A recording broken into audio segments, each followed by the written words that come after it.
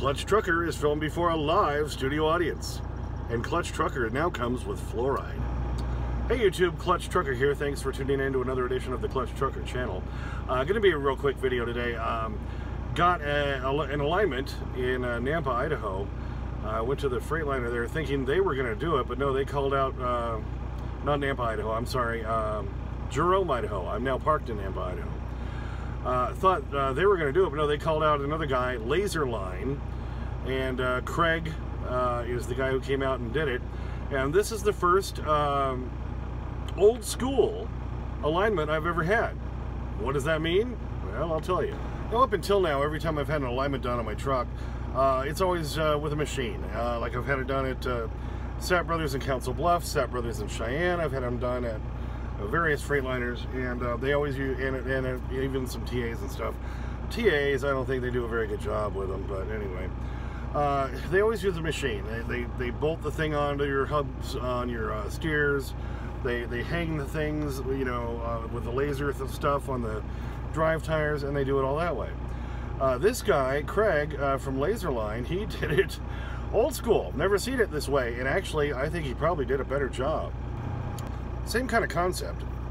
He's puts up, you know, some flat metal thing against the tires, and kind of looks down and then puts a laser against that and aims it to a little triangle thing he has sitting next to the steer tires with, you know, like a ruler thing on it, and just aims it to see where it is.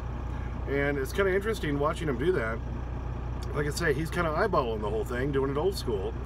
And he looked at my steer tires, because I've been pulling to the right for a long time. And it's been very annoying, and it was getting worse, and now I had a wobble.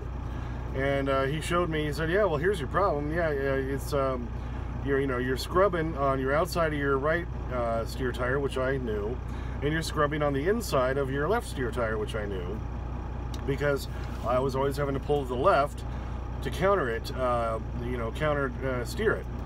But, you know, I thought, so I'm assuming then the problem is in the steering axle. Turns out the problem was in my drive axles.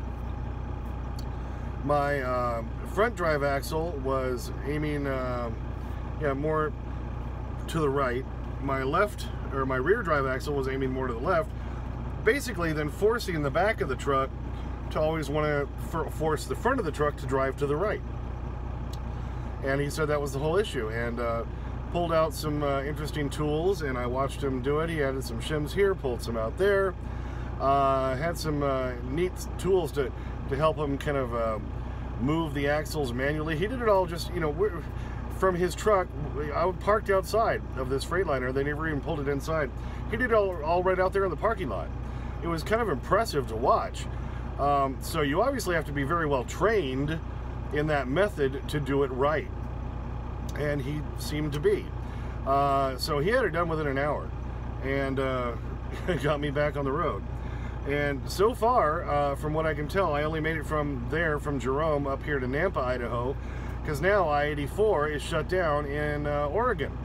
So I didn't want to go any further and not have a place to park.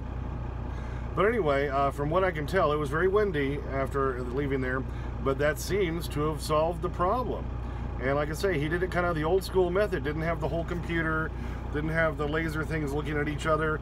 He just used a little laser once, again a couple times, eyeballed it, changed some stuff, had me pull the truck forward and back a couple times, eyeballed it again, changed a couple more things, and good to go. I was impressed. So like I say, within an hour, had it all done, and had me back on the road, and did the alignment the old school style. And yeah, he even told me, he said, you know, this is kind of a lost art. A lot of times if a shop will find a guy that they can train in this older school method, the problem is then another shop will hire him and take him away. So it's hard to find somebody who can do it that way. And he did, and obviously he's been doing this a while, so Kraig, thanks so much.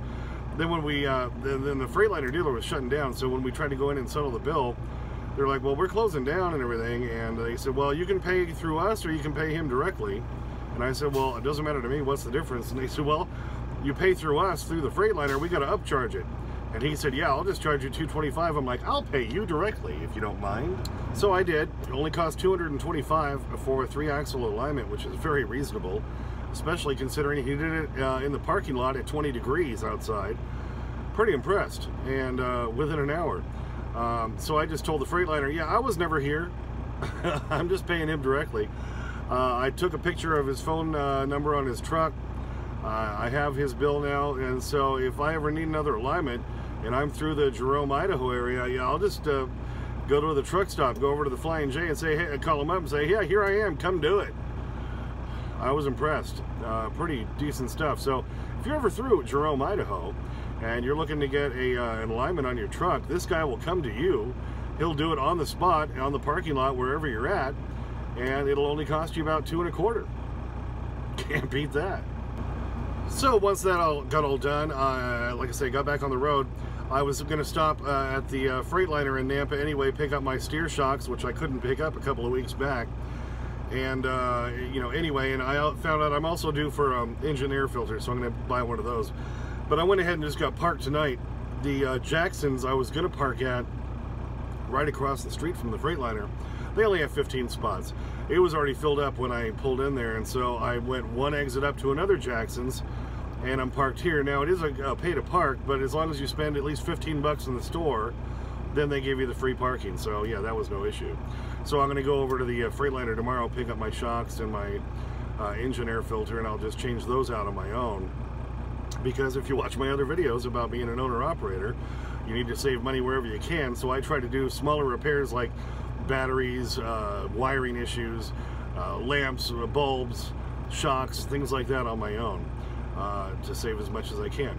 So originally I was going to try to go farther tonight. I was going to stop by the Freightliner, pick those up and go farther, but then as I was getting towards Boise, electronic signs pop up, and yep, I-84 is shut down in Oregon, right past Ontario, which is right there at the Idaho Oregon border, home of Ore-Ida French fries, potatoes. Never dawned on me until years ago when I worked for May Trucking. Ore-Ida, Oregon, Idaho, duh. I always wondered why it was called Ore-Ida. Well, that's why, because that's where they are. Anyway, so I-84 is shut down now, going across Oregon over towards Pendleton, and I've got a load going to Seattle that I picked up in the Salt Lake area today. A couple of Costco's I got to go to, a couple in the Seattle area. So we'll see what happens tomorrow. Like I say, right now I'm just sitting here in Nampa, Idaho. I-84 is shut down. This has been the week of shutting down the highways and getting shut down for various reasons, I tell you. So we'll see what happens tomorrow. Big storm going all the way across the country, coast to coast. So hopefully I can still make my deliveries on Friday in the Seattle area. Anyway, like I say, not too long a video, I think. Thanks for tuning in.